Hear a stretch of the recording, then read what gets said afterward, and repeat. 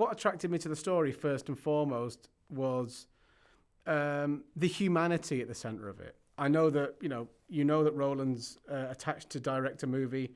You know that that's going to be full of spectacle. You know that he's the master of destroying the world in all sorts of weird and wonderful ways. But without the human thread at the center of it, you don't really care about the destruction of the Earth, because nothing that you care about on the Earth is really in jeopardy. That's such an important thing to remember. It's the balance between human stories about families and internal struggles and overcoming them, and the way you feel about other people, the way you feel about yourself. If that's your foundation, then the VFX is just a lovely clothing on top of that. But without the humanity, there's it means so much less. And Moonfall had both in abundance, and just you knew that Roland was going to come up with something spectacular to look at as well. It's the scene. It's a line. Speaking from a purely selfish Casey Houseman point of view, the key moment for him, and the key moment in his entire life, is the moment where Brian says to him, "You're not crazy."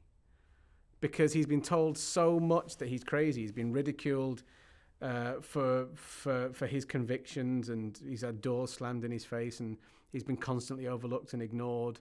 And all it took was one person that he really respects to say, "You're not crazy." And his life is just complete. He just never really heard it before. And you can see all the frustration leave him at that moment. And it's a real beautiful, redemptive moment for that character. It's my favourite line in the movie. It's not even one of mine. It was great. We had such a good time in quite difficult circumstances, really, because it was the height of lockdown in Montreal. There was no social side to it. We could only ever see each other on set without masks when we were shooting a scene. But even despite all that, we still managed to get a chemistry and a camaraderie together. And yeah, they were so much better than I could have ever even hoped for. And I had very high expectations because I'm such huge fans of them both. But they just made filming in quite testing circumstances sometimes. They made it as fun as it could possibly be.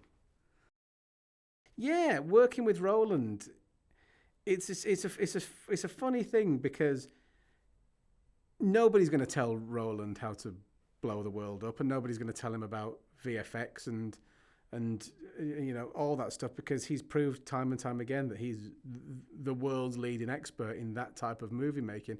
But in terms of your character, and in terms of your character's motivations and internal things like that, and